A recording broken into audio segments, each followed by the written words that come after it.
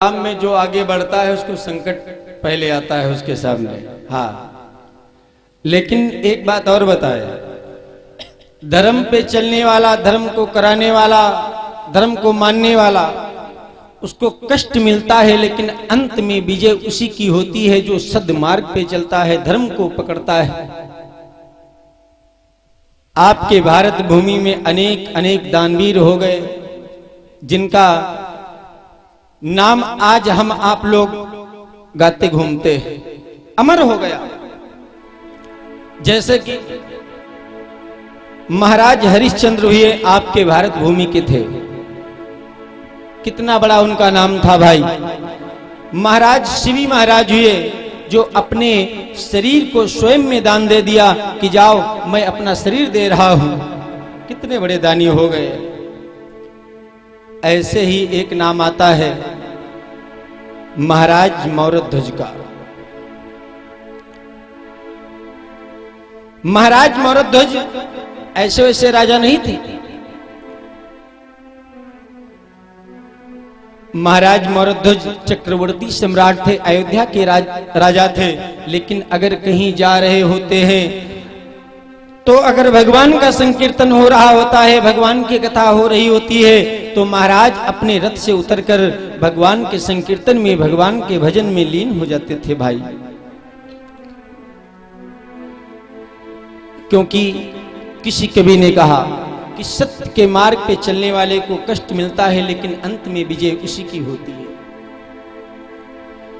कि भगवान तुम्हारी है दुनिया में, कि भगवान तुम्हारी है दुनिया में, क्यों भक्त सताए जाते हैं।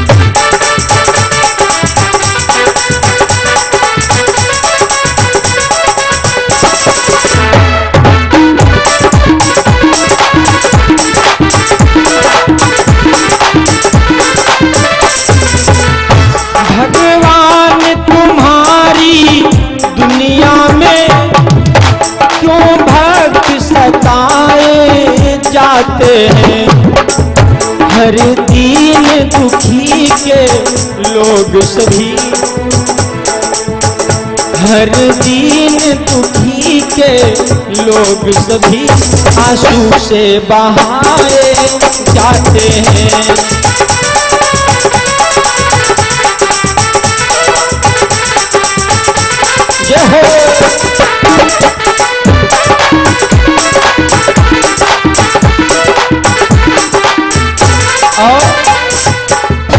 ये जीवन बगिया के माली, क्या रीत है तेरी बगिया की। ये जीवन बगिया के माली, क्या रीत है तेरी बगिया की। जो फूल खिले पूजन के लिए, जो फूल खिले पूजन के लिए, अर्थी पे चढ़ाए जाते हैं।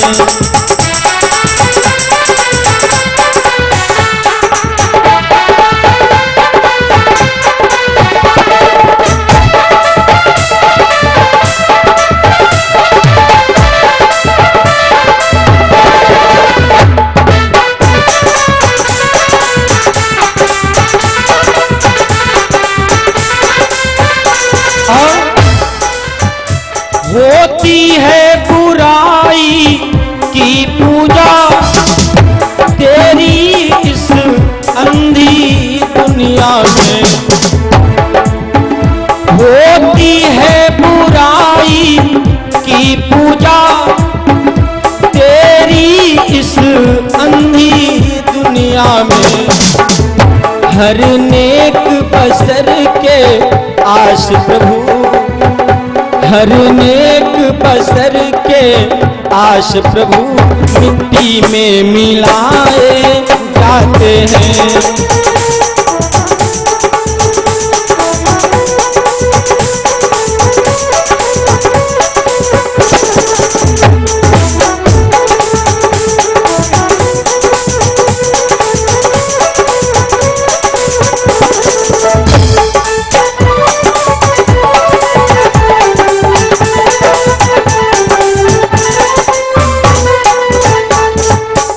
कहा गया है कि जो सत्य के मार्ग पे चलता है पहले उसको संकट तो मिलता है, संकट उसके सामने आता है, लेकिन अंत में विजय उसी की होगी जो सद्मार्ग पे चलता है। भाई महाराज मौरध्वज की भक्ति के ऊपर भगवान विष्णु अपने सुदर्शन चक्र को भेज दिया कि जाओ रात के समय में मेरे भक्त के नगरी पे तुमको पहरा देना होगा। अरे रात के समय में महाराज मौरध्वज की नगरी में पंछी तक भी पर नहीं मार सकता है, ये मेरा आदेश है, तुम्हारी जिम्मेदारी है। हाँ, जैसे हमारे परम आदरणीय राजा निगम जी केवल आदेश करते हैं, ये काम होना चाहिए, हाँ वो काम हो गया। तो इसी प्रकार से भगवान विष्णु कहने लगे जाओ ये मेरी आज्ञा है कि तुमको मौरध्वज की नगरी के ऊपर तुमको पहरा लगाना होगा कि रात के समय में पंछी भी नहीं अंदर जा सकता है। हाँ, किले किन नगरी में रात समय पंछी तक पर न मारता था, है भगवान विष्णु का महाचक्र कि भगवान विष्णु का महाचक्र चहुं ओर चौकसी रखता था।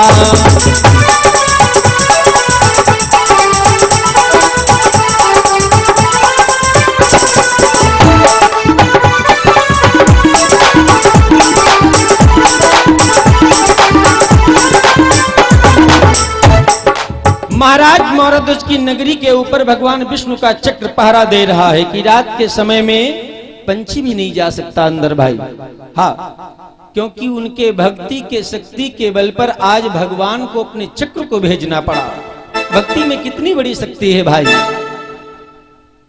एक दिन की बात, यमराज के दूत सोचा कि चलो आज मैं मृत्युलोक को टहल लें, तो मृत्युलोक को भ्रमण करने के लिए निकले तो देखा कि एक बहुत सुंदर नगर दिखाई पड़ रहा है। तो उन्होंने सोचा चलो इस नगर में प्रवेश किया जाए, देखा जाए। और जैसे यमदूत महाराज मौरध्वज की नगर में प्रवेश करना चाहा तो पीछे से पता नहीं किसी ने आवाज दे दी, ठहर जाओ। अरे यमदूत जब पीछे मुड़ के देखा तो और कोई नहीं है भाई। अरे वो तो सुदर्शन चक्र महाराज वहां पे खड़े हैं। कहिए कैसे जा रहे हो? कहा आप कैसे यहाँ खड़े हो ये बताओ। कहा हमारे तो प्रभु की आज्ञा है कि रात के समय में पंछी भी नहीं जा सकता है, हम पहरा लगा रहे। तो यमदूत कहने लगे भैया अगर तुम पहरा लगा रहे हो तो हमारा भी परमिट है। हाँ, हम चाहे जहां चले जाएं, हमको कोई रोकने वाला नहीं है।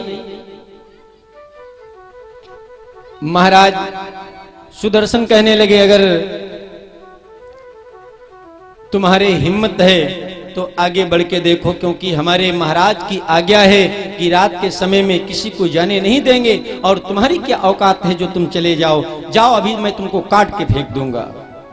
अरे जैसे सुदर्शन जी ने ये बात कही, अब यमदूत तो घबरा गए, भाई सुदर्शन से कौन से पाला ले सकता था। ये बात उनको बहुत खराब लगी। अब ये पहुंच गए, क्या बताए कुकुर कांचाओ। हाँ श्री राधे। ये बात यमदूतों को बड़ी खराब लगी। वो पहुंच गए यमराज के सभा में। यमराज बैठे थे, महाराज की जय हो, महाराज की जय हो। यमराज कहने लगे कहां से आगमन हुआ बताओ। कहा महाराज आज मैं मृत्युलोक को गया था, और इसका मतलब हमारे हिसाब से तुम्हारा मृत्युलोक से आतुष्ट खत्म हो चुका है, तुमको कोई मृत्युलोक में नहीं मानता। क्यों नहीं मानता? अरे प्रभु मैं आज मृत्युलोक को घूमने के लिए निकला, और जैसे मैं महाराज मौरध्वज की नगरी में प्रवेश करना चाहा तो सुदर्शन महाराज वहां पे पहरा लगा रहे थे। हमने बताया भी कि मैं उनका दूत हूं, लेकिन तब भी हमको नहीं जाने दिया। तो कहा अरे ये बात उनको भी खराब लगी। यमराज अपने यमदूतों को लेकर पहुंच गए भगवान विष्णु के पास। भगवान विष्णु ने जैसे देखा तो कहा कहां से आगमन हो रहा है महाराज बताओ। कहा प्रभु तुम तो सब कुछ जानते हो, फिर हमसे पूछ रहे हो कहां से आगमन हो रहा।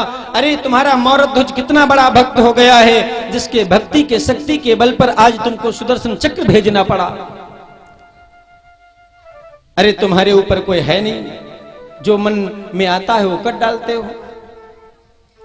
भगवान विष्णु कहने लगे अरे यमराज तुमको पता नहीं है कि मेरा मौरध्वज कितना बड़ा भक्त है। अरे जाओ, जब समय आ जाएगा तब मैं तुमको दिखा दूंगा कि मौरध्वज मेरा कितना बड़ा भक्त है। यमराज कहने लगे ठीक है महाराज, बिल्कुल मैं देखना चाहूंगा कि मौरध्वज तुम्हारा कितना बड़ा भक्त है। भाई बात पड़ी रही, समय बीता, समय आ गया द्वापर का, और द्वापर में कौरव और पांडवों में युद्ध हुआ, जिसमें कौरव पराजित हो गए और पांडवों की विजय हुई। जब पांडवों की विजय हो गई तो पांडवों ने सोचा कि चलो मैं एक यज्ञ कर डालें, ताकि हमको ये पता चल जाए कि हमसे लड़ने वाला और कोई इस दुनिया में बचा है या नहीं बचा है। धर्मराज कहने लगे भगवान कृष्ण से कि महाराज मैं यज्ञ करना चाहता हूं। तो भगवान कृष्ण बोले चलो हम भी आपके साथ में तैयारी करो। अब भाई यज्ञ की तैयारी हो गई। एक सजा धजाकर घोड़ा भाई सजाया गया, उसके एक मस्तक पे प्लेट लिखकर लगवाई गई कि जिस राजा के अगर हिम्मत है अर्जुन से युद्ध करने की वो मेरे घोड़े को पकड़े, अन्यथा मेरा घोड़ा जाने दे। चुनौती लिखकर लगवा दी गई मस्तक के ऊपर। अब यज्ञ यज्ञ का घोड़ा छोड़ दिया गया और घोड़े की रखवाली के लिए भगवान कृष्ण और अर्जुन महाराज भेजे गए। घोड़ा देश देश के राजाओं के राज्य में घूमता हुआ जा रहा है। घोड़ा तो बहुत सुंदर है, लेकिन घोड़े को पकड़ने की कोशिश करते हैं, लेकिन जैसे उसके मस्तक पे जो चुनौती लिखी लगी है उसको लोग पढ़ते हैं कि अगर इस घोड़े को जो पकड़ेगा उसको अर्जुन से युद्ध करना पड़ेगा। तो कोई उस घोड़े को नहीं पकड़ रहा, छोड़ देते, जाओ जाने दो। अरे कौन अर्जुन से युद्ध करेगा भाई, क्योंकि अर्जुन के बाणों की चर्चा उस समय तीनों लोकों में छाई थी। अर्जुन के बाणों की चर्चा उस समय तीनों लोकों में छाई थी। अर्जुन का नाम सुने लोग कांपते थे भाई, उस समय की बात है। वो घोड़ा धीरे धीरे घूमता घूमता पहुंच गया महाराज मौरध्वज की नगरी में। महाराज मौरध्वज का पुत्र जिसका नाम है ताम्रध्वज, जिसकी आयु सिर्फ है 16 वर्ष की, वो अपने कुछ सिपाहियों को लेकर शिकार करने के लिए बाहर निकला था, और उधर से वो घोड़ा चला आ रहा महाराज अर्जुन के यज्ञ का।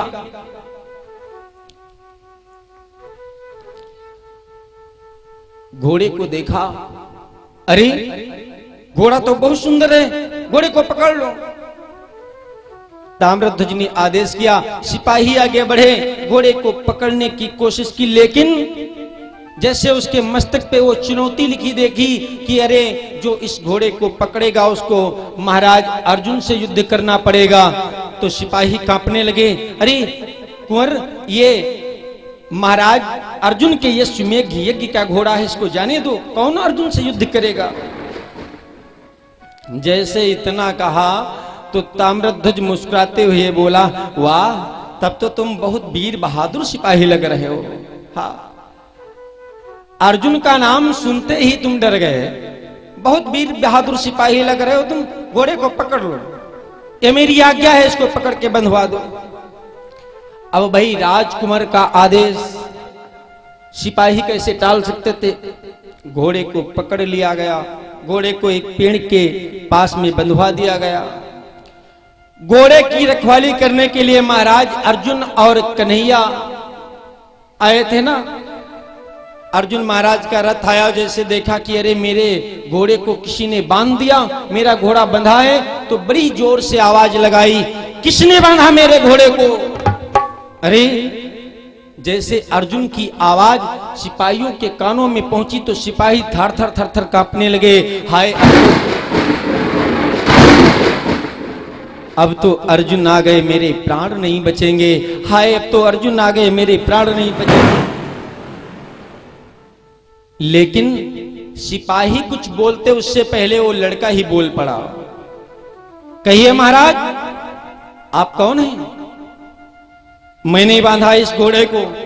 आप कौन हैं? आप अर्जुन के कहीं सेनापति तो नहीं है? आप अगर अर्जुन के सेनापति हो तो जाओ और अर्जुन को भेज दो जाकर, वो आए और युद्ध मैदान में हमें पराजित कर देंगे, तब तो ये घोड़ा जाएगा, अन्यथा ये घोड़ा नहीं जा सकता है। अरे बच्चे के जुबान से जैसे ये शब्द निकले तो अर्जुन बहुत खुश हो गए, गदगद हो गए और उस बच्चे से की प्रशंसा करने लगे। धन्य है तेरी माता, जिस माता ने तुझको जन्म दिया। कि बोलना दान बच्चे कहूं क्या तुझे, बोलना दान बच्चे कहूं क्या तुझे, धन्य पितु मत पैदा जिन्होंने किया, बोलना दान बच्चे कहूं क्या तुझे।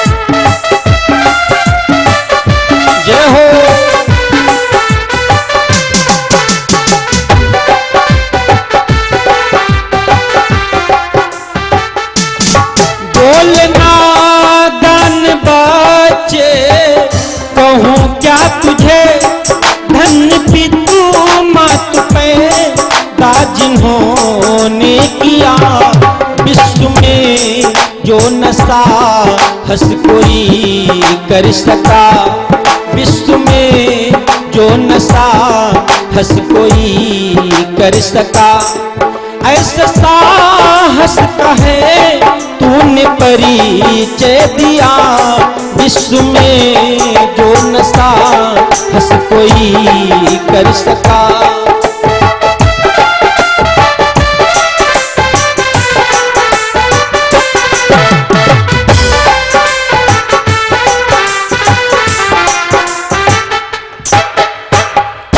आज अर्जुन उस बच्चे की प्रशंसा करने लगे। धन्य है तेरी माँ, जिस माँ ने तुझको जन्म दिया।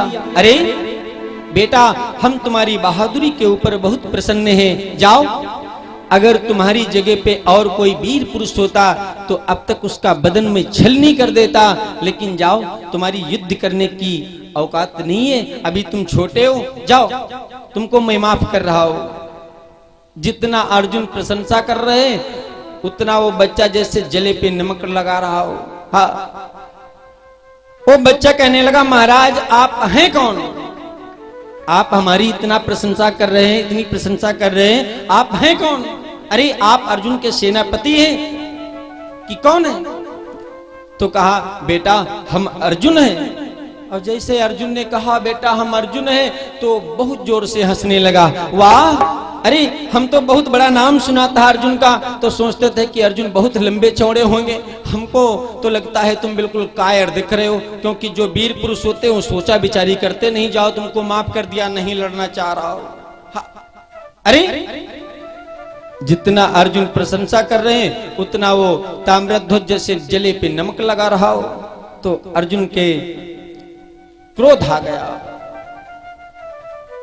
तो अर्जुन ने सोचा कि ये बच्चा है, इसको मारना उचित नहीं है, चलो इसको डरवा दिया जाए, धमका दिया जाए, भाग जाएगा, कोई बात नहीं। तो अर्जुन ने अपने तरकस से एक बाण निकाला और ताम्रध्वज के रथ के पहिए के ऊपर बाण छोड़ दिया। ताम्रध्वज के नहीं मारा, ताम्रध्वज के रथ के पहिए के ऊपर बाण छोड़ दिया। अर्जुन के भयंकर बाण रंग दिखलाते और ताम्रध्वज का रथ 7 पैग सरकाते। जब अर्जुन महाराज ने बाण चलाया तो ताम्रध्वज का जो रथ था एक ही बाण में 7 कदम पीछे हट गया। अरे ताम्रध्वज अपने मन में विचार करने लगा, ये तो अपना काम दिखा चुके हैं, लेकिन हम भी कुछ दिखाएं। छोटी छोटी धनुइयां थी, छोटे छोटे बाण थे, और देखो न्याय की लड़ाई लड़ रहा। जैसे महाराज अर्जुन बच्चे के रथ के पहिए के ऊपर बाण चलाया, वैसे वो ताम्रध्वज अर्जुन महाराज के सीने की तरफ बाण नहीं छोड़ा, उनके रथ के पहिए के ऊपर बाण छोड़ा। महाराज वीर बालक जब छोड़े बाण, तो 18 पग अर्जुन का रथ पीछे हटो सुजान। अरे जैसे ताम्रध्वज ने बाण चलाया तो अर्जुन महाराज का जो रथ था वो 18 कदम पीछे हट गया। अरे अर्जुन ने सोचा कि अगर इस युद्ध मैदान में बच्चे को जरा सी हमने ढील दे दिया तो हमको ये नीचा दिखा सकता है। तब अर्जुन के गुस्साई और तर्कस से एक बाण निकाल के सीधे बच्चे के सीने की तरफ चला दिया कि अर्जुन ने बाण ऐसा छोड़ा हो गिरा धरन मूर्छित बालक।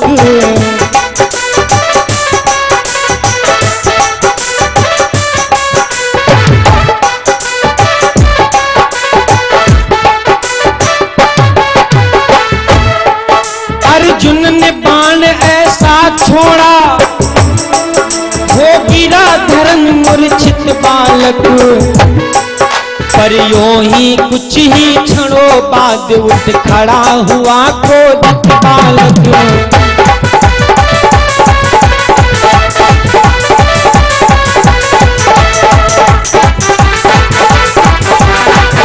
जय हो।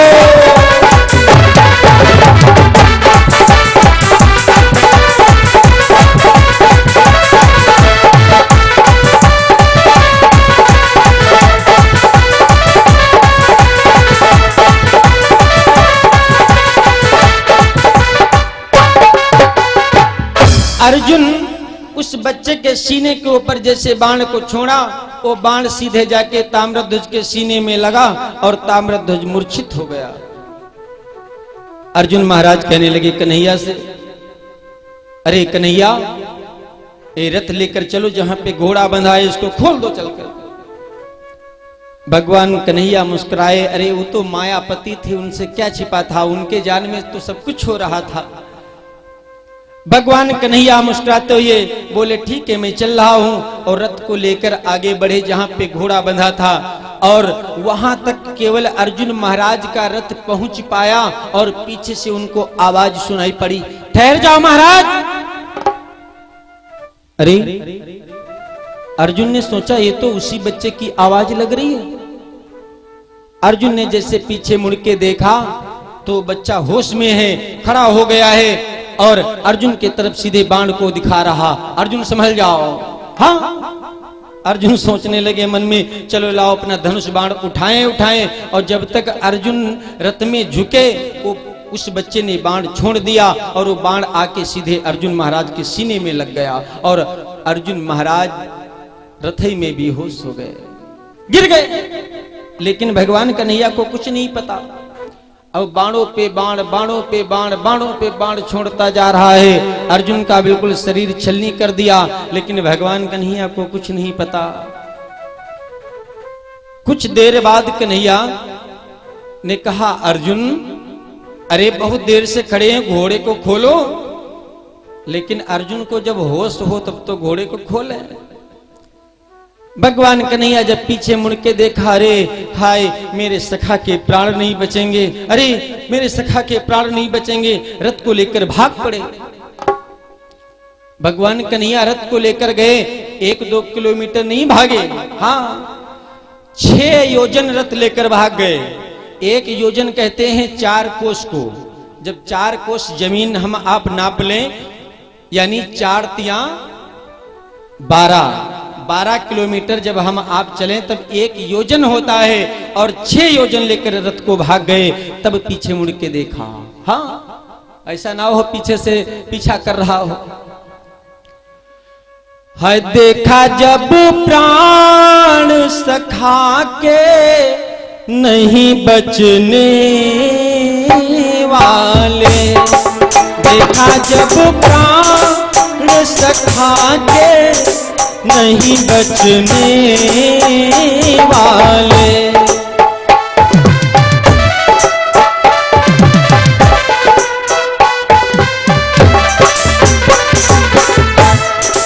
देखा जब प्राण सखा के नहीं बचने वाले, देखा जब प्राण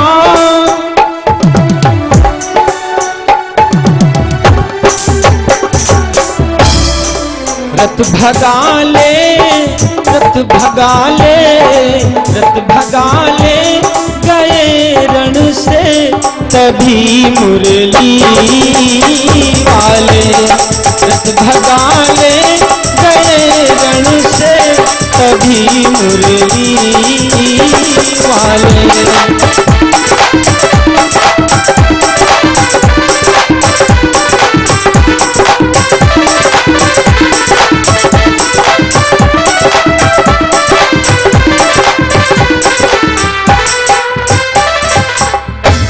भगवान कन्हैया रथ को लेकर गए, बड़ी देर खड़े रहे। अब अर्जुन कलह रहे, रथ में पड़े, उनको होश नहीं है कि अर्जुन बोले। भगवान कन्हैया कहने लगे, अर्जुन अरे तुम्हारे दर्द हो रही है? अर्जुन बहुत धीरे से बोले, नहीं महाराज हमारे दर्द नहीं हो रही है। अरे तो तुम्हारे शरीर में ज्यादा घाव हो गए हैं, इससे तुमको पीड़ा हो रही? नहीं महाराज, इस घाव का हमें कोई कष्ट नहीं है, हमें कोई पीड़ा नहीं हो रही। फिर अगर तुम्हारे दर्द भी नहीं हो रही, तुम्हारे घाव की पीड़ा भी नहीं हो रही, तो तुम दुखी किस बात से हो? क्यों परेशान हो? तुम्हारे आंखों से आंसू क्यों बह रहे हैं? अरे उस बच्चे से तुम युद्ध मैदान में हार गए, इसका तुम्हें दुख है? अर्जुन महाराज कहने लगे, नहीं महाराज, अरे हमें हार का भी दुख नहीं है। क्यों? क्योंकि जब दो योद्धा युद्ध मैदान में लड़ते हैं तो एक की विजय होगी। प्रधानी में आपके गांव के कम से कम बहुत लोग खड़े होंगे, लेकिन प्रधान तो एक ही बनेगा। युद्ध मैदान में चाहे जितने बलवान आ जाएं, लेकिन एक हार जाएगा, एक ही जीतेगा। अरे महाराज मैं हार गया, इससे हमें कोई दुख नहीं है। तो तुम्हें हार का भी दुख नहीं, तुम्हारे शरीर में पीड़ा भी नहीं हो रही, तो तुम दुखी किस बात से हो?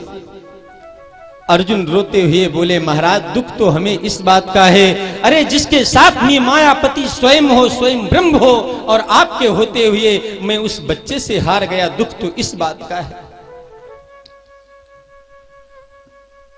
कि हार का अपनी इतना न दुख है प्रभु, हार का अपनी इतना न दुख है प्रभु।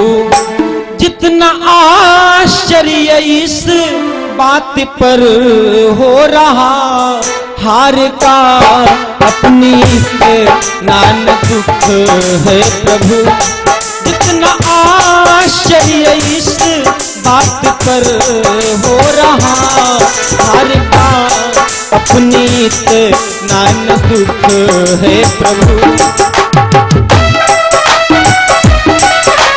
जय हो।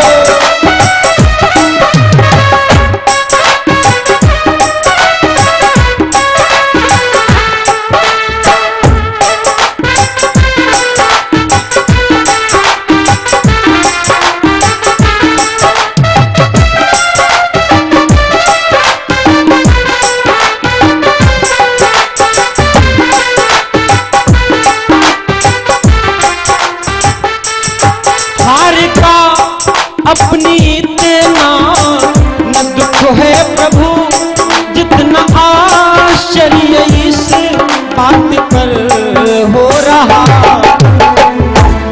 मायापति जग के स्वामी मेरे प्रिय सखा, मायापति जग के स्वामी मेरे प्रिय सखा। आपके होते रण जीता वो बालिका, मायापति जग के स्वामी मेरे प्रिय सखा।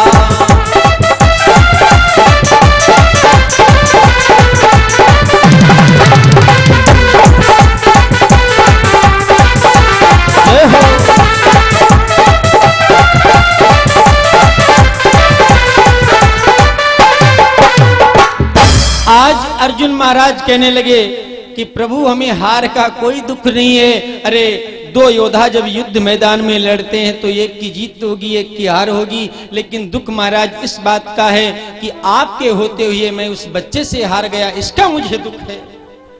भगवान कन्हैया मुस्कुराते हुए बोले, अर्जुन अरे जिस बच्चे से तुम आज युद्ध मैदान में हार गए हो, उसके पिता के भक्ति के शक्ति के बल पर आज तुमको हार देखना पड़ा। क्यों? अरे महाराज ये क्या कह रहे हो? क्या कोई हमसे भी बड़ा आपका भक्त है? क्योंकि अर्जुन महाराज को घमंड था।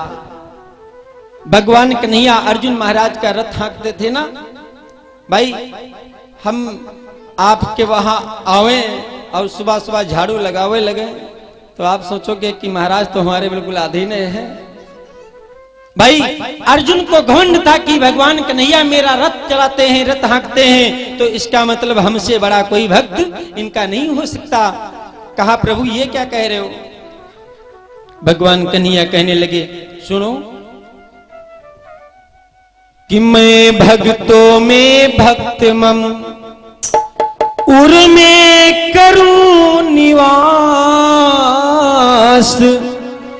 पुत्र था जिसका ताम्र ध्वज ओ मेरा प्रिय दास।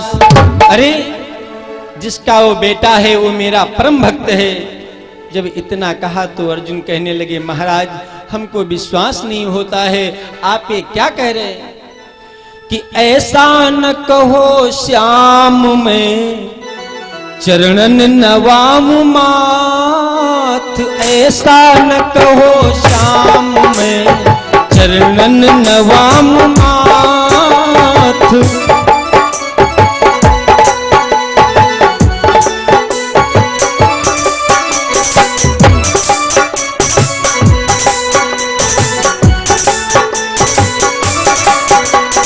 ऐसा न कहो श्याम में चरणन नवाम माथ, ऐसा न कहो श्याम में चरणन नवाम माथ।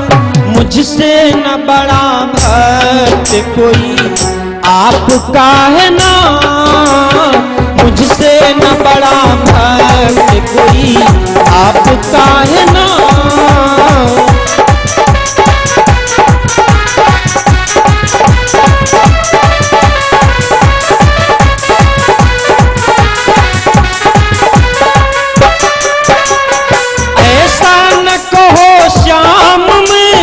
चरणन नवाम मां, ऐसा न कहो जय हो,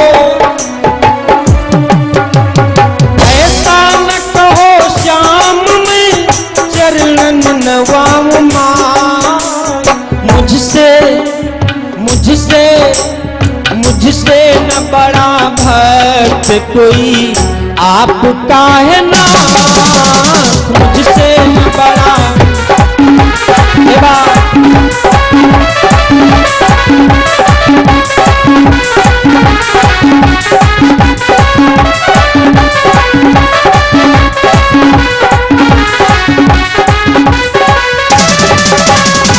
आज अर्जुन महाराज कहने लगे, प्रभु ये क्या कह रहे हो? क्या हमसे बड़ा भी भक्त और कोई तुम्हारा हो सकता है?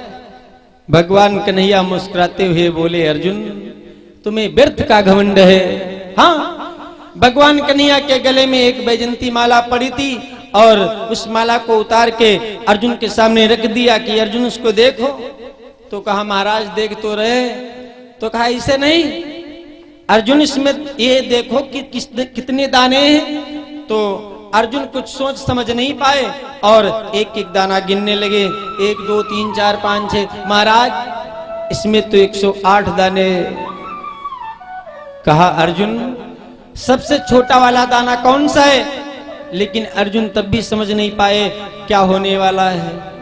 तो अर्जुन जो सबसे छोटा वाला दाना था उस पे उंगली रखी, कहा महाराज हमारे नजर में सबसे छोटा वाला दाना ये है। कहा यही तो तुम्हारे नाम का दाना है अर्जुन, तुमसे बड़े मेरे लाखों भक्त पड़े हैं। हाँ, प्रेम से बोलो भक्त और भगवान की। कहा तुमसे बड़े मेरे लाखों भक्त पड़े हैं। अर्जुन रोने लगे, महाराज हमको विश्वास नहीं हो रहा है। भगवान कन्हैया कहने लगे, अर्जुन अगर तुमको मेरे भक्त के ऊपर शंका है तो चलो मैं आज तुमको दिखा दूंगा कि मौरध्वज मेरा कितना बड़ा भक्त है। अर्जुन महाराज को तो शंका थी ही। अर्जुन महाराज कहने लगे, प्रभु हम तो बिल्कुल चलेंगे, हाँ चलो। भगवान कृष्ण को याद आ गई कि यमराज एक बार पहुंचे थे वैकुंठ लोक को कि तुम्हारा कितना बड़ा मौरध्वज भक्त है, जो उसके भक्ति के शक्ति के बल पर तुमने सुदर्शन चक्र को भेज दिया। तो भगवान कृष्ण यमराज का आवाहन किया। यमराज तुरंत प्रकट हो गए। कहिए महाराज क्या आ गया है? कहा चलो आज जो समय आ गया है तुमको दिखाना है कि मेरा मौरध्वज कितना बड़ा भक्त है। यमराज भी तैयार हो गए। महाराज बिल्कुल मैं चलूंगा। भगवान कन्हैया कहने लगे, क्या ऐसे चलोगे? तब तो तुम पकड़े जाओगे, सब लोग जान जाएंगे कि भगवान कन्हैया और अर्जुन यमराज आए हैं। तो कहा फिर कहा बन जाओ साधु बाबा, हाँ बन जाओ साधु। एक बात बताएं, साधु का भेष सबसे सरल है। हाँ साधु का भेष सबसे सरल है, लेकिन क्या बताएं कुछ संत ऐसे पैदा हो गए जो सनातन धर्म को बिल्कुल नष्ट ही कर दिया। हाँ अब हम मंच के माध्यम से किसी का नाम नहीं लेंगे, ना निंदा करेंगे, लेकिन अरे संत के दर्शन जिस समय होते हैं वो भगवान की परम कृपा होती है। जब तक भगवान की कृपा नहीं होगी तब तक संत के दर्शन नहीं होते हैं। उसके बाद अगर संत बिगड़ जाएं फिर क्या होगा इस संसार का भाई। क्योंकि बाबा जी क्या कहते हैं, अब मोहि भा भरोस हनुमंता, अब मोहि भा भरोस हनुमंता।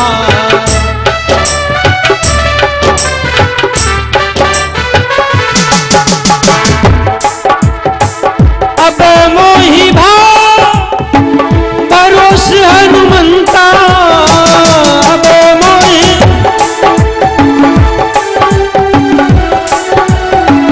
बिनु हरि कृपा मिले नहीं संता, बिनु हरि कृपा।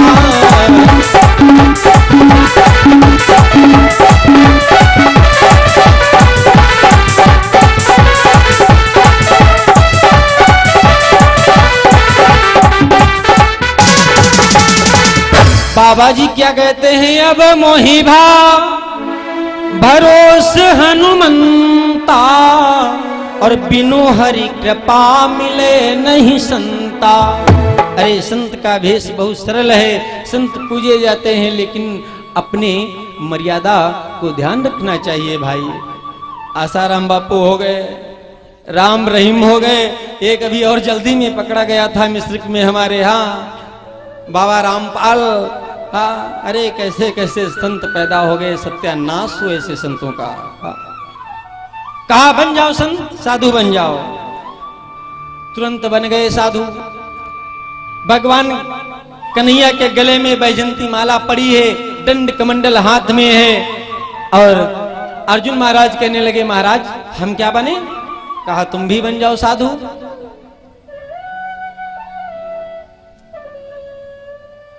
कहा तुम भी बन जाओ साधु। भगवान कन्हैया के बाद पे अर्जुन महाराज भी साधु का वेश धारण कर लिया, दंड कमंडल उनके भी हाथ में, वैजंती माला शोभा पाने लगी। जो महाराज जी यमराज जी थे उन्होंने कहा कि हम क्या करें, हमको क्या बनना चाहिए? कहा तुम बन जाओ शेर। और जैसे कहा तुम बन जाओ शेर तो तुरंत शेर का भेष बना लिया और भगवान कृष्ण शेर को एक डोरी से पकड़ लिया और महाराज मौरध्वज की नगरी की तरफ चल पड़े, निर्गुण गाते गाते। दो लाइन आप लोग श्रवण करें। निर्गुण का भाव, निर्गुण उसे कहते हैं जिसका भाव छिपा हो। गोरिया पिया ये शब्द जिसमें आते हैं वो परमात्मा को बताया गया है। गोरिया हम आप हैं और पिया वो है।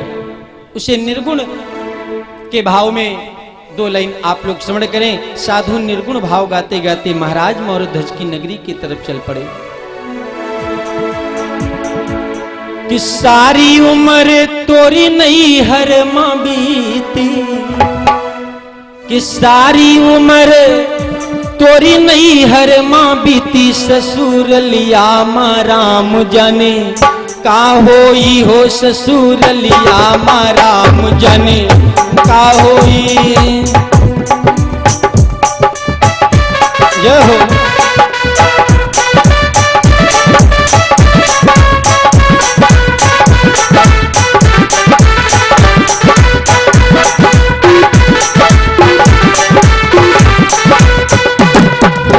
सारी उम्र तोरी नहीं हर मां बीती, सारी उम्र तोरी नहीं हर मां बीती, ससुर लिया मां राम जाने का होई हो, ससुर लिया मां राम जाने का होई।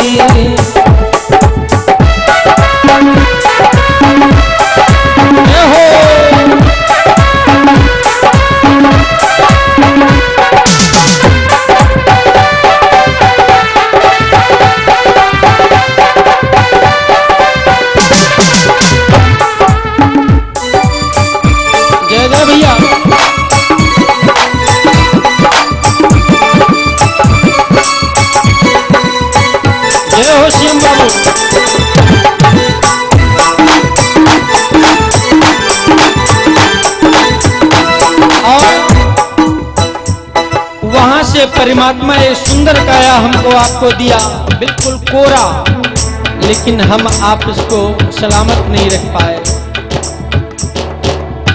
हुआ से दिन पिया चटक चुनरिया, आई यहाँ पर कियो मैली। हुआ से दिन पिया चटक चुनरिया, आई यहाँ पर कियो मैली। बारे बलम जब लेखा मांगे, बारे बलम जब लेखा मांगे, जिए धड़का गजब भवा का होई हो, जिए धड़का गजब भवा का होई।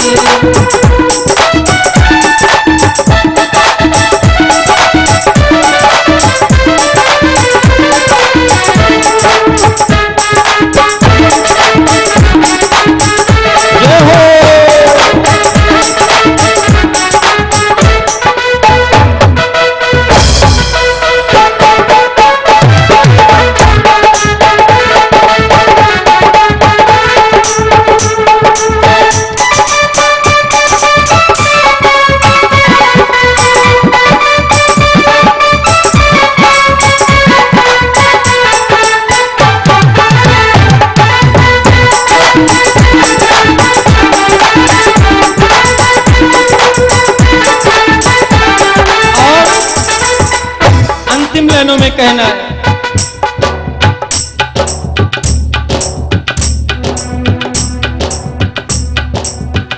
ओ गौने की पत्तियां भेजी है पिया, पिया आई है गवनवा हो जाई।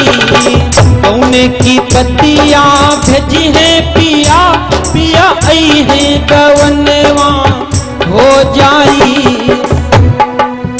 घुंघटा उठाए पिया जब देखे, घुंघटा उठाए पिया जब देखे, मोह काला बदन गोरा का होई हो, मोह काला बदन गोरा का होई।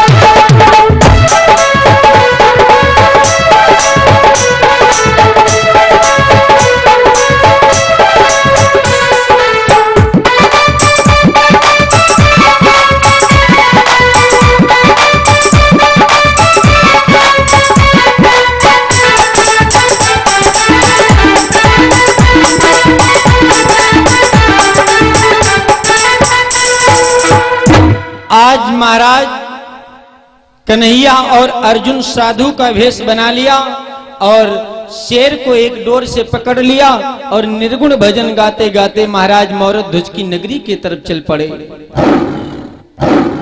हाँ, भगवान महाराज मौरध्वज के द्वार पे पहुंचे, अलग लगाई और साधुओं की आवाज को सुनकर महाराज मौरध्वज बाहर निकले। और जैसे बाहर निकले तो देखा क्या कि दो साधु मेरे द्वार पे खड़े हैं और उनके साथ में एक शेर है। महाराज मौरध्वज जैसे साधुओं को देखा तो साधुओं को साष्टांग प्रणाम किया, दंड प्रणाम किया। भाई पहले दंड प्रणाम होता था, साष्टांग प्रणाम, अब तो प्रणाम की महिमा ही सब निराली हो गई। हाँ, चक्करे है कि अब सफारी सूट, जींस की पैंट, टी शर्ट ये सब चल रहा है। अब अगर लेट कर प्रणाम करना पड़ेगा तो ये सब गंदा हो जाएगा। तो नए विद्वान उपजे, कहा ये सब ओल्ड हो गया है, इसको गोल्ड करो। कहा गोल्ड कैसे होगा? तो कहा दूर से करो। कहा प्रणाम, कहा प्रणाम, प्रणाम दूर से होने लगा। अरे चलो फिर भी गरीमत थी भाई, लोग ये तो कहते थे कि प्रणाम, गरीमत थी, लेकिन और नए विद्वान उपजे, कहा ये भी ओल्ड हो गया, इसको गोल्ड करो। कहा अब कैसे गोल्ड होगा? तो आप लोगों ने देखा होगा, सुना होगा, खूब चला टाटा बाय, टाटा बाय। अरे घर घर में टाटा बाय, टाटा बाय। माताएं बहनी हमारी जो हैं ये अपने छोटे छोटे बच्चों को टाटा बाय सिखाती है। अरे जब पिताजी चलते हैं तो कहेंगे भैया भैया देखो डैडा जा रहे हैं, इनसे टाटा कर लो, टाटा। हाँ, अरे जिस बच्चे से कहती हो कि तुम टाटा कर लो, उस बच्चे से अगर कहो कि तुम्हारे पिताजी जा रहे हैं इनको प्रणाम करो, अगर वो बच्चा प्रणाम करेगा तो कितना अच्छा लगेगा बताओ। लेकिन चलो फिर भी गरीमत थी, कम से कम टाटा बाय तो लोग कहते थे। लेकिन और विद्वान ने उपजे, कहा ये भी ओल्ड हो गया, इसको गोल्ड करो। कहा अब गोल्ड कैसे होगा? कहा ये टाटा वाटा कहने में बहुत देर लगती है, टाटा बिरला हटाओ। फिर कहा बाय, कहा बाय, बाय में प्रणाम होने लगा। हाँ, लेकिन फिर भी गरीमत थी, लोग बाय तो करते थे बाय। और नए विद्वान उपजे, कहा ये भी ओल्ड हो गया है, इसको गोल्ड करो। कहा अब गोल्ड कैसे होगा? तो बाय बाय सब खत्म, अब तो सीधे कान में फोन लगता है, हाय हाय। अरे अब हाय में प्रणाम हो रहा। अरे चलो फिर भी गरीमत थी, लोग हाय तो करते थे, लेकिन अब और विद्वान उपजे। हमने देखा अभी हमारी कथा आपके पड़ोस में इधर चल रही थी, सरैया स्टेशन के पास में पड़ता है ईश्वरवाड़ा गांव, वहां प्राथमिक विद्यालय था। तो उसी विद्यालय में हम लोगों की कथा हो रही थी। तो 1 बजे से मंच का शुभारंभ होता था, तो 12 बजे जो मास्टर साहब थे पड़ोसे के थे वो बंद कर देते थे पाठ भाई विद्यालय, और बच्चे चले जाते थे, मास्टर साहब भी चले जाते थे। लेकिन वो मास्टर साहब पड़ोसी थे कहीं के, तो साइकिलें से आते थे अपने। तो भाई ठंडक का मौसम था, हम लोग स्नान ध्यान करके बैठे थे बाहर कुर्सियों पे। शुभम भैया भी, हमारे शुभम भैया भी बैठे थे। तो वो मास्टर साहब चले तो हमने कहा जा रहे हैं आप? तो कहा हाँ महाराज जी जा रहे हैं और अभी आ जाऊंगा। तुमने कहा ठीक है। बस वो 2-3 पैडल चलाया था साइकिल को, और पता नहीं उनसे मिलने वाला उधर से कोई चला आ रहा था। और दोनों लोग जब बराबर में पहुंचे तो ना वो उनसे बोले और ना वो उनसे बोले, और चप से ब्रेक लगाया दोनों लोग बराबर पे, और ऐसे आगे को हाथ बढ़ाया, हाँ में प्रणाम हो गया। ना हाय ना बाय ना टाटा कुछ नहीं किया, बस कहा हे हाय भगवान, में प्रणाम होने लगा। अरे अब सब साल्ट का जमाना है। हाँ, हमने दोपहर में बताया, नाम है विवेक कुमार कहते हैं बीके, नाम है पवन कुमार कहते हैं पीके, हाँ नाम है आशीष कुमार कहते हैं एके। कहने में दिक्कत हो रही है। चलो ज्यादा हम इधर उधर ना कहेंगे। महाराज मौरध्वज साधुओं को साष्टांग प्रणाम किया। अरे महाराज आज मेरी ये कुटिया धन्य हो गई जो आप लोग मेरे घर में पधारे हो। चलो महाराज मेरे महल को चलो, अरे ये चरण हमारे महल में पड़ जाएंगे तो मेरी कुटिया जो है ये शुद्ध हो जाएगी, सफल हो जाएगी। साधु कहने लगे महाराज इसीलिए तो आया हूं, चलूंगा, लेकिन और हमने बताया लेकिन किंतु अगर मगर ये शब्द लग जाए समझ लो कुछ गड़बड़ी है जरूर। हाँ, कहा लेकिन क्या? कहा महाराज आपका बहुत बड़ा नाम सुनकर आया हूं तो कुछ मांगने के लिए चला आया, बताओ मिलेगा? महाराज मौरध्वज कहने लगे अरे प्रभु, अरे मांगने की क्या आवश्यकता है? ए राज, ए पाट, ए धन, ए दौलत, हाथी घोड़ा, हमारा बेटा, हमारी रानी सब तो आपके हैं, आपको क्या चाहिए? मांगने की कोई आवश्यकता नहीं, जो आपको चाहिए वो ले सकते हो। कहा नहीं महाराज, पहले आप हमें वचन दो। महाराज मौरध्वज कहने लगे अरे महाराज वचन की क्या बात है, कोई वचन से मुकरेगा नहीं, जो आप मांगोगे वो तुमको मिलेगा।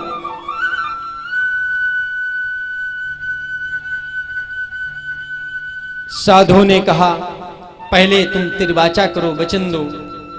महाराज मौरध्वज कुछ सोच समझ नहीं पाए और तिरवाचा कर लिया, जाओ जो आज तुम मांगोगे वो हम तुमको देंगे देंगे देंगे। जैसे महाराज मौरध्वज ने तिरवाचा किया तो साधु मुस्कुराते हुए बोले और कुछ नहीं मांगना है, ज्यादा कुछ नहीं मांगेंगे, बहुत थोड़ा, बहुत थोड़ा।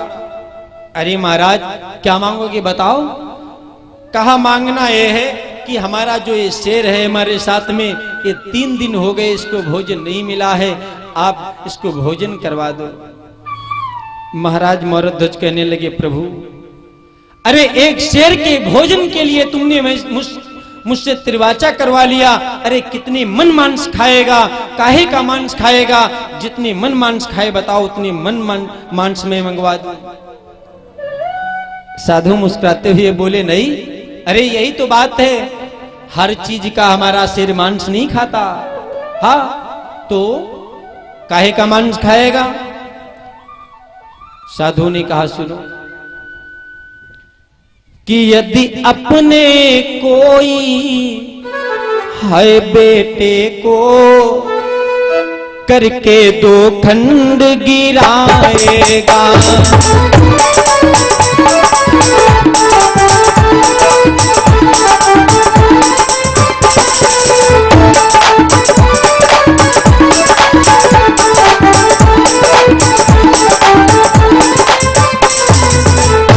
यदि अपने कोई बेटे को करके 2 खंड गिराएगा, हे राजन सुन लो कान खोल, हे राजन सुन लो कान खोल, यह मांस उसी का खाएगा।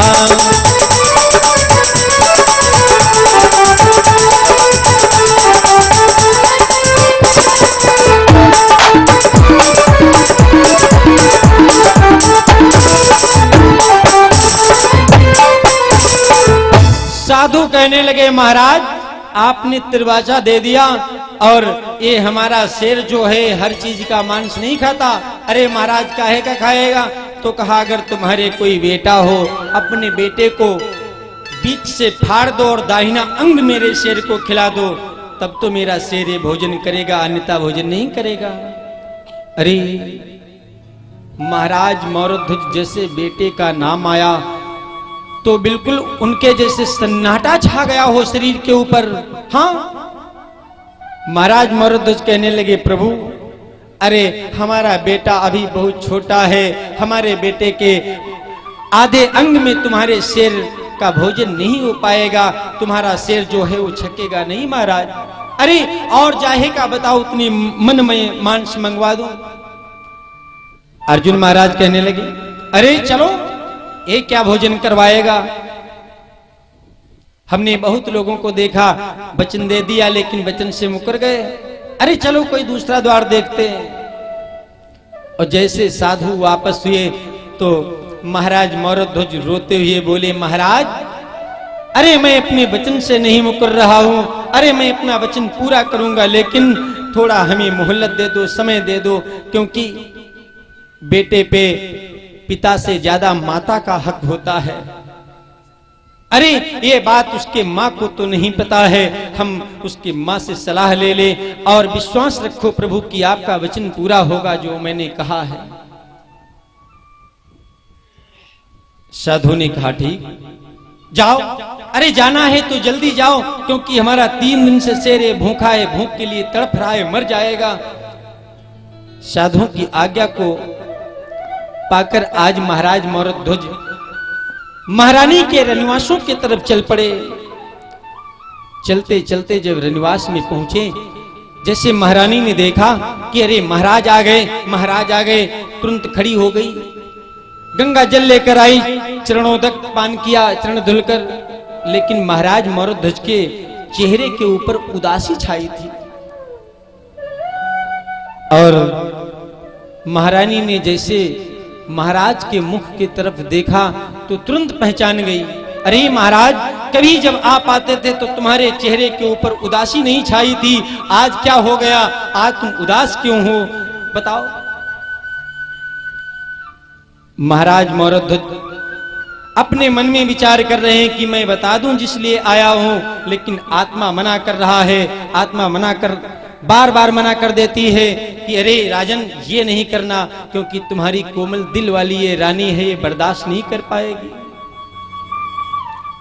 महारानी बार बार कहती हैं राजन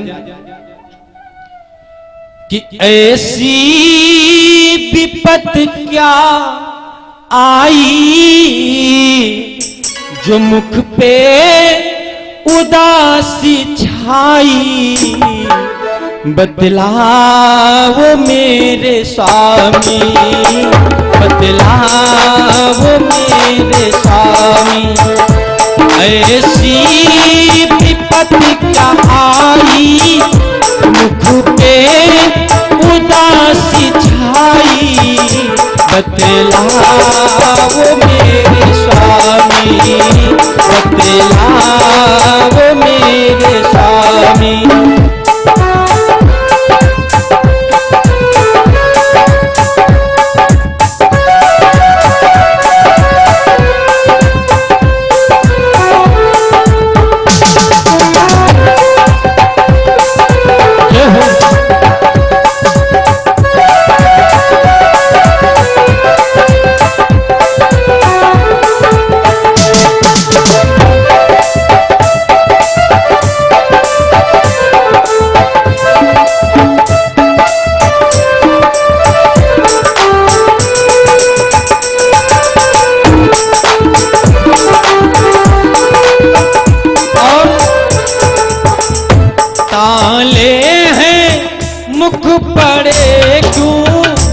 ऐसे हो चुप खड़े क्यों, ताले हैं मुख पड़े क्यों, ऐसे हो चुप खड़े क्यों, बतलाओ मेरे स्वामी, बतलाओ मेरे स्वामी।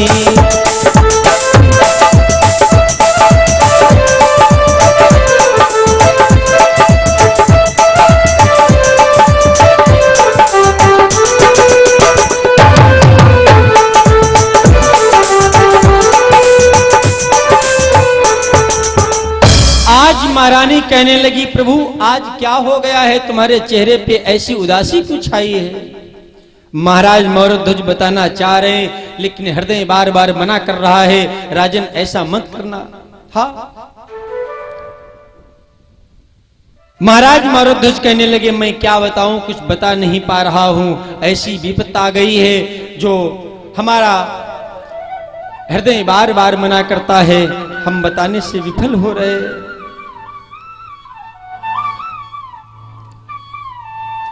कि क्या बताऊं मैं प्रिया, दो साधु ठाड़े द्वार पर, क्या बताऊं मैं प्रिया, दो साधु ठाड़े द्वार पर।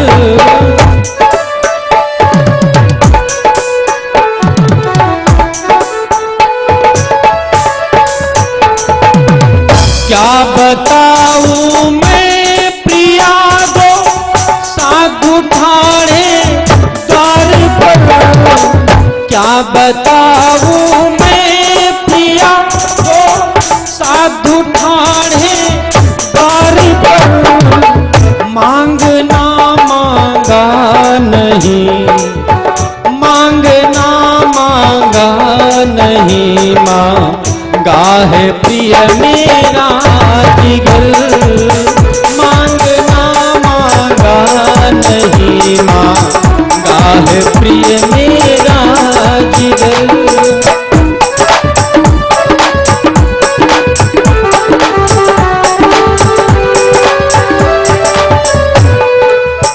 राजी पाठ न धाम धन न, मांगा न मांगा मेरा सर, राजी पाठ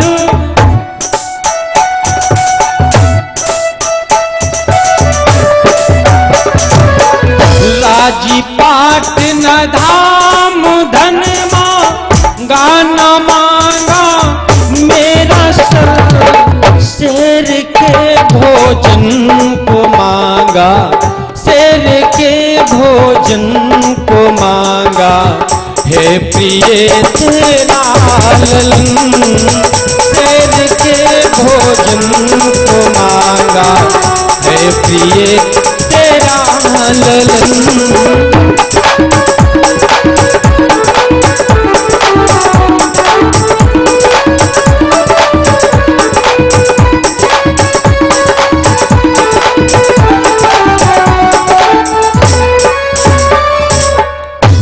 आज जैसे महाराज ने कहा कि दो साधु द्वार पे आए हैं और उनको मैं वचन देकर आया हूं कि तुम्हारे शेर के लिए मैं भोजन दूंगा, और उन्होंने मांगा कि अगर तुम्हारे कोई बेटा हो, अपने बेटे का दाहिना अंग मेरे शेर को खिला दो, तब तो मेरा शेर भोजन करेगा, अन्यथा नहीं करेगा, और मैं वचन देकर आया हूं, बताओ मेरा साथ निभाओगी? अरे जैसे महाराज के मुखार बिंदु से शब्द निकले तो महारानी तुरंत मूर्छित हो गई। हाँ, अरे जल का छींटा लगाया गया, महारानी को होश आया। अरे प्रभु ये क्या कह रहे हो, हमारे द्वार पे साधु आए हैं कि स्वयं हमारे द्वार पे जमराज आ गए मेरे बेटे को लेने के लिए। अरे अपने बेटे को केवल नागिन खा सकती है और कोई माता अपने बेटे को बलिदान नहीं दे सकती है। अरे राजन मैं ये नहीं कर सकती। हाँ, महारानी बार बार तड़पने लगी, चिल्लाने लगी। महाराज मौर्यध्वज को जवाब नहीं आ रहा, वो सर अपना नीचे किए खड़े हैं। लेकिन माता पिता की ये बात, वो बेटा ताम्रध्वज जिसकी आयु 16 वर्ष की है, वो कहीं से छिपकर सुन रहा था। और जैसे महारानी ने कहा यह संभव नहीं है, अरे मैं अपने बेटे को बलिदान नहीं दे सकती हूं महाराज, मैं ऐसा नहीं कर सकती हूं। ताम्रध्वज तुरंत आके माता की गोदी में बैठ गए। अरे मैया ये तुम क्या कर रही हो? अरे जब तक मेरे पिता के पास सुख था तब तक मेरे पिता का साथ दिया, और जब मेरे पिता के सामने दुख आ गया तो मैया मेरे पिता का साथ छोड़ रही हो। अरे तुम अपने बेटे की परवाह कर रही हो, अरे तुम्हारा बेटा मर जाएगा। नहीं मैया, तुम्हारा बेटा मरेगा नहीं, तुम्हारा बेटा तो अजर अमर हो जाएगा। अरे और पत्नी वही है कि पत्नी वही बड़े भागन है, कि पत्नी वही बड़े भागन है, जो पति की सेवा करती है।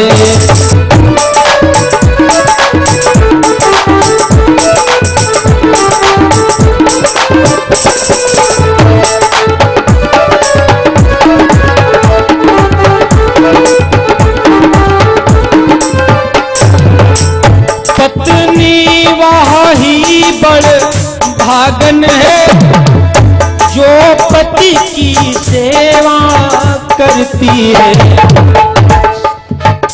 संपूर्ण शास्त्र ये कहते हैं, संपूर्ण शास्त्र ये कहते हैं, वो भवसागर से तरती है। जय हो।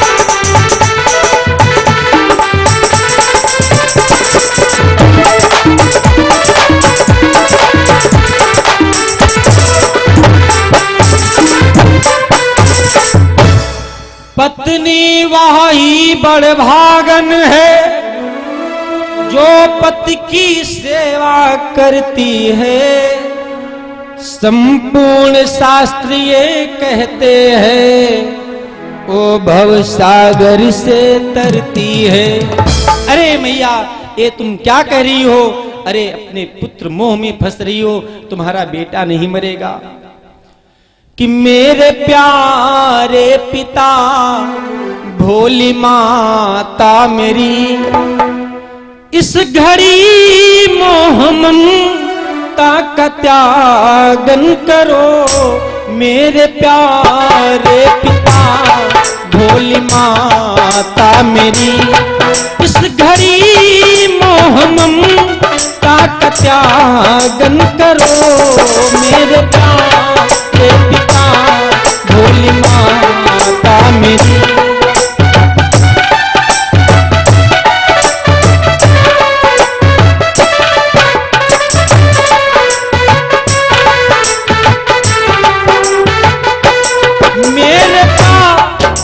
पिता भोली माता मेरी इस घड़ी मोह ममता का त्यागन करो। हंसते हंसते करो टुकड़े टुकड़े मेरे। हंसते हंसते करो टुकड़े टुकड़े मेरे। अतिथ लौटे नहीं धर्म पालन करो। हंसते हंसते करो टुकड़े टुकड़े मेरे।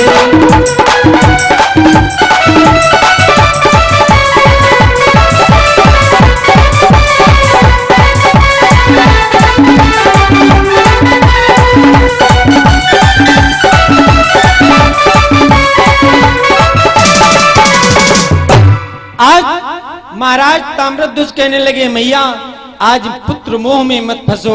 अरे मेरे पिताजी का वचन खाली चला जाएगा। अरे ऐसा मत करो, पुत्र मोह में मत फंसो मैया, तुम्हारा बेटा कहीं नहीं जाएगा।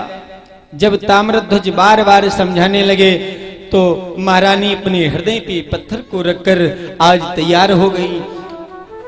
आज महाराज और महारानी दोनों लोग चल पड़े आरा को लेकर और साथ में ताम्रध्वज महाराज जा रहे हैं हंसते हुए। धन्य है बेटा, धन्य है माता पिता, धन्य है भक्त। आज जब महाराज मौरध्वज पहुंचे, जैसे साधु ने देखा अरे महाराज बहुत देर कर दिया, हमारा शेर तड़प रहा, अब बिल्कुल में जाने वाला था। अरे आ गए हो, जल्दी करो। महाराज मौरध्वज अपने बेटे को बीच में खड़ा कर दिया। एक तरफ महारानी है और एक तरफ महाराज मौरध्वज हैं और अपने बेटे के सर के ऊपर आरा रख के खींचने जैसे चले तो भगवान जो कृष्ण थे साधु के भेष में वो नहीं बोले। शंका तो महाराज अर्जुन को थी और उस शेर को थी जो यमराज जी थे साथ में। भगवान कृष्ण को शंका थोड़ी थी, वो तो मायापति है, वो तो जानते थे कि मेरा कितना बड़ा भक्त है।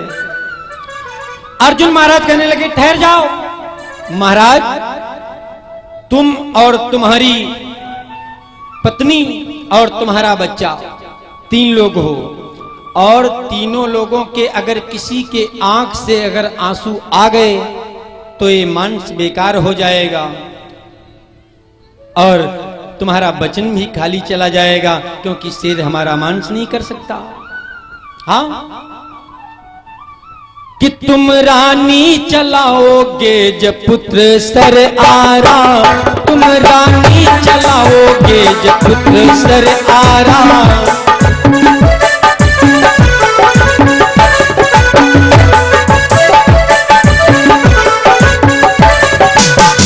तुम रानी चलाओगे जब पुत्र सर आरा, तुम रानी चलाओगे जब पुत्र सर आरा। किसी की आंख से निकले न आंसू की धारा, किसी की आंख से निकले न आंसू की धारा।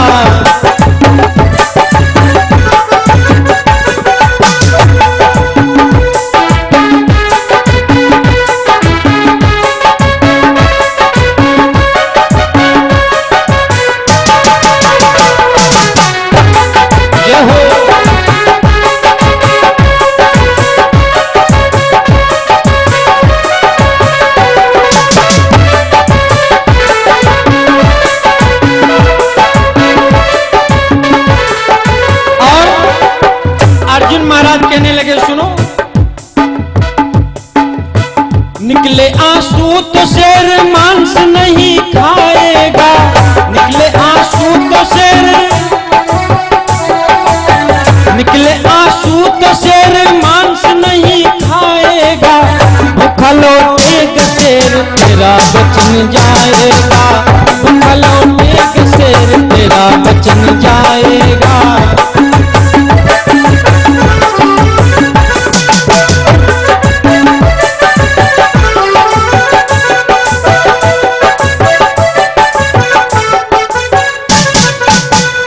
महाराज कहने लगे अगर तीनों लोगों के किसी के आंख से अगर आंसू आ गए तो महाराज ये मांस बेकार हो जाएगा, तुम्हारा बेटा भी चला जाएगा। महाराज मौरध्वज कहने लगे प्रभु मैं प्रयास करूंगा कि किसी के आंखों से आंसू ना निकले, और इतना कहकर आरा चलाने लगे।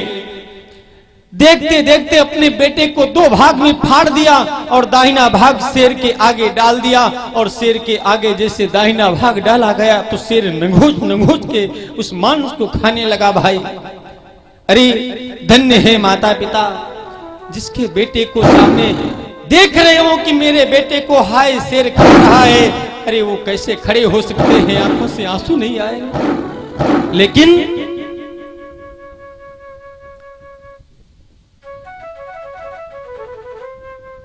महाराज मौरध्वज दाहिना अंग तो खिला दिया, बाया अंग एक टोकरे के नीचे ढकवा दिया गया। साधु ने कहा महाराज मौरध्वज मेरे शेर को तुमने भोजन दे दिया, लेकिन हम साधु 3 दिन से भूखे, हमको भी भोजन नहीं मिला, क्या हमको भोजन नहीं कराओगे? अरे महाराज मौरध्वज कहने लगे प्रभु बिल्कुल मैं भोजन करा के तुमको भेजूंगा। साधु ने कहा महाराज मैं भोजन करूंगा, लेकिन किसी दास या दासियों के हाथ का बना भोजन मैं नहीं कर सकता।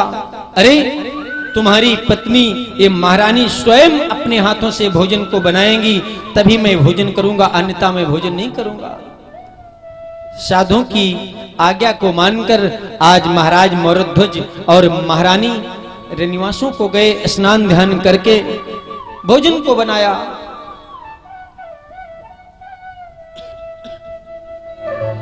भोजन को बनाया, साधुओं को बुलाया गया, 2 थाली लगा दी गई, 2 आसन लगा दिए गए।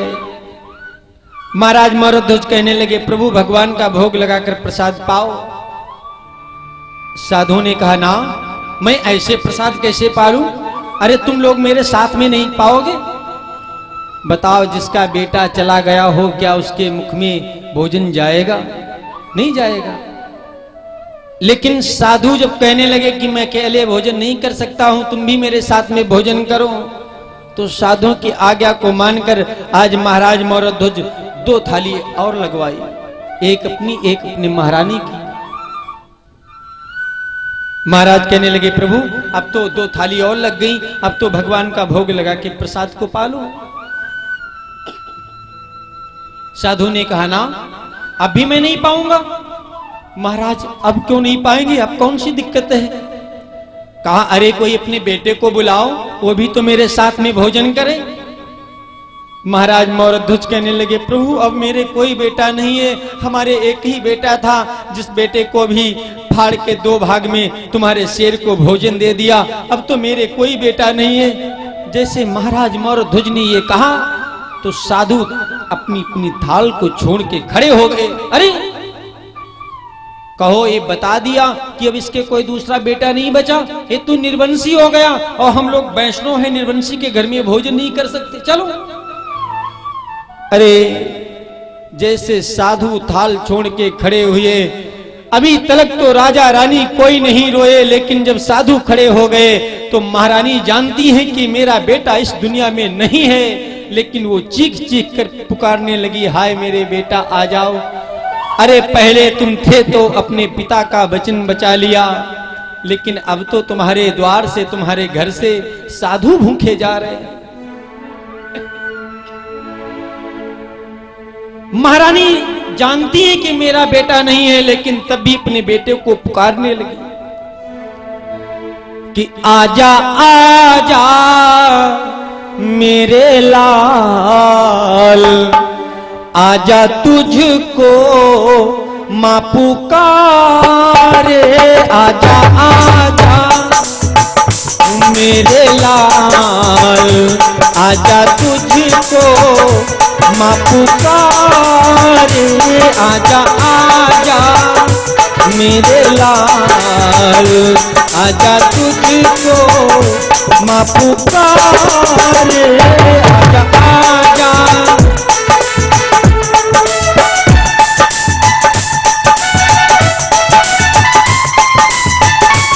जय हो।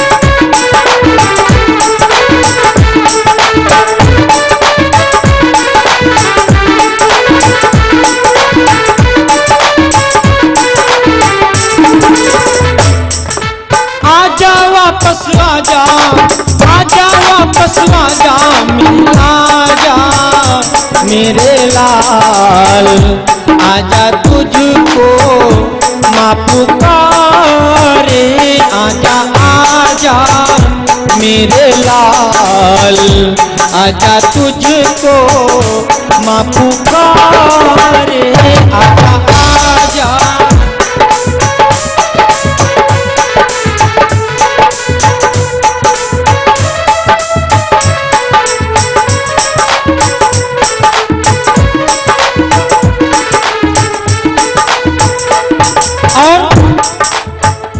महारानी कहने लगी, बेटा पहले जब तुमसे अपने पिता का वचन बचा लिया, लेकिन अब कौन वचन बचाएगा, साधु जा रहे हैं।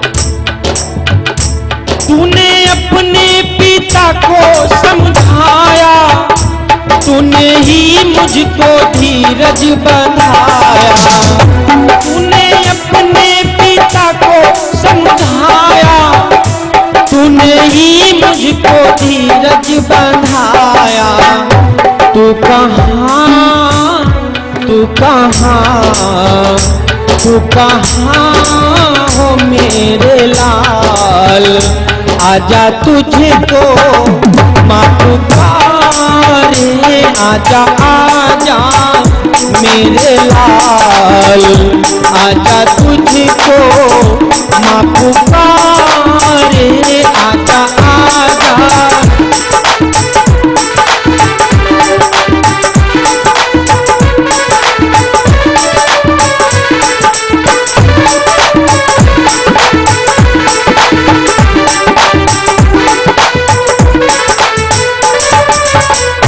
आज महारानी जानती है कि मेरा बेटा इस दुनिया में नहीं है, लेकिन अपने बेटे को तब भी पुकारने लगी।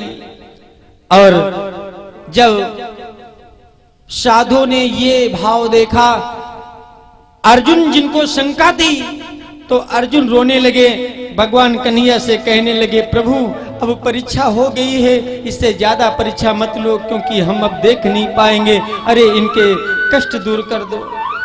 और जैसे अर्जुन ने कहा भगवान कन्हैया से, तो पीछे से आवाज सुनाई पड़ी, मां मां मां। अरे महाराज मोरध्वज पीछे मुड़ के देखा, महारानी ने पीछे मुड़ के देखा, अरे जिस बेटे को अभी फाड़ के आए थे, शेर के लिए भोजन बना दिया था, वही बेटा आज उसी शेर को डोर से पकड़े हुए चला आ रहा है और कहता है मैया।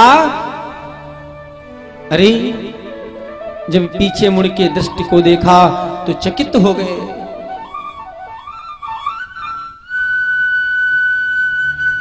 कि शेर को डोर से अपने बांधे हुए, शेर को डोर से अपने बांधे हुए, दौड़ता आया नृप मोरध्वज का कुंवर, शेर को डोर से अपने बांधे हुए।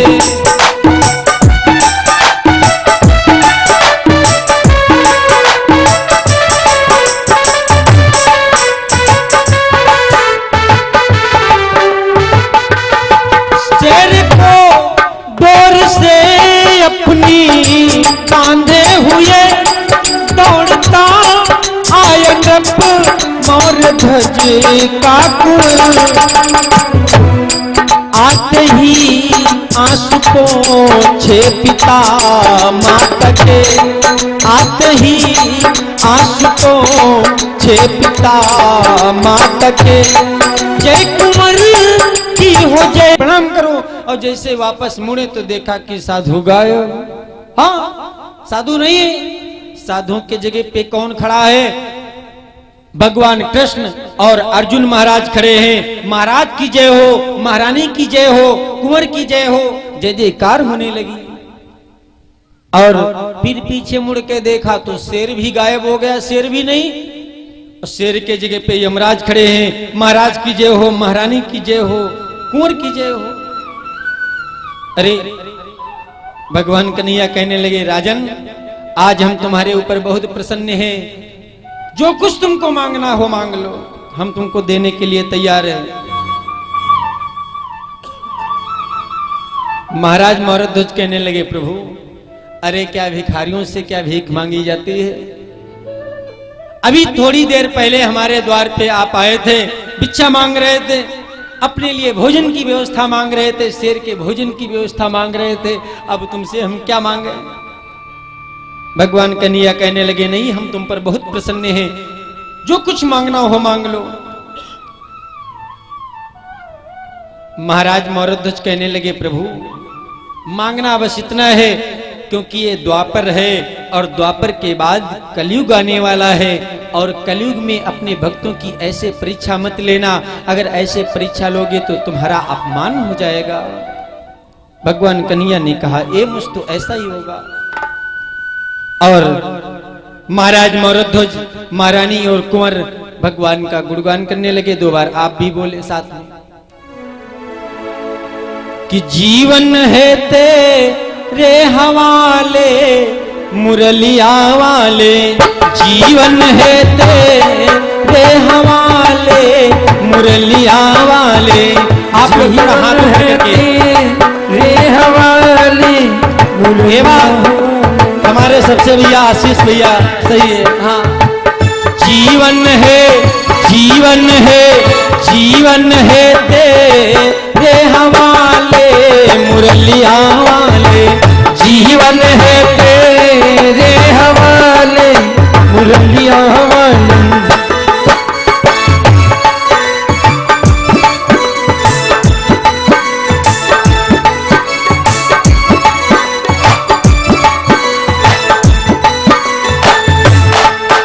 मुरलिया वाले श्याम, हाँ बसुरिया वाले श्याम, मुरलिया वाले श्याम, बसुरिया वाले श्याम, मुरलिया वाले श्याम, बसुरिया वाले श्याम, मुरलिया वाले श्याम, बसुरिया वाले श्याम हो।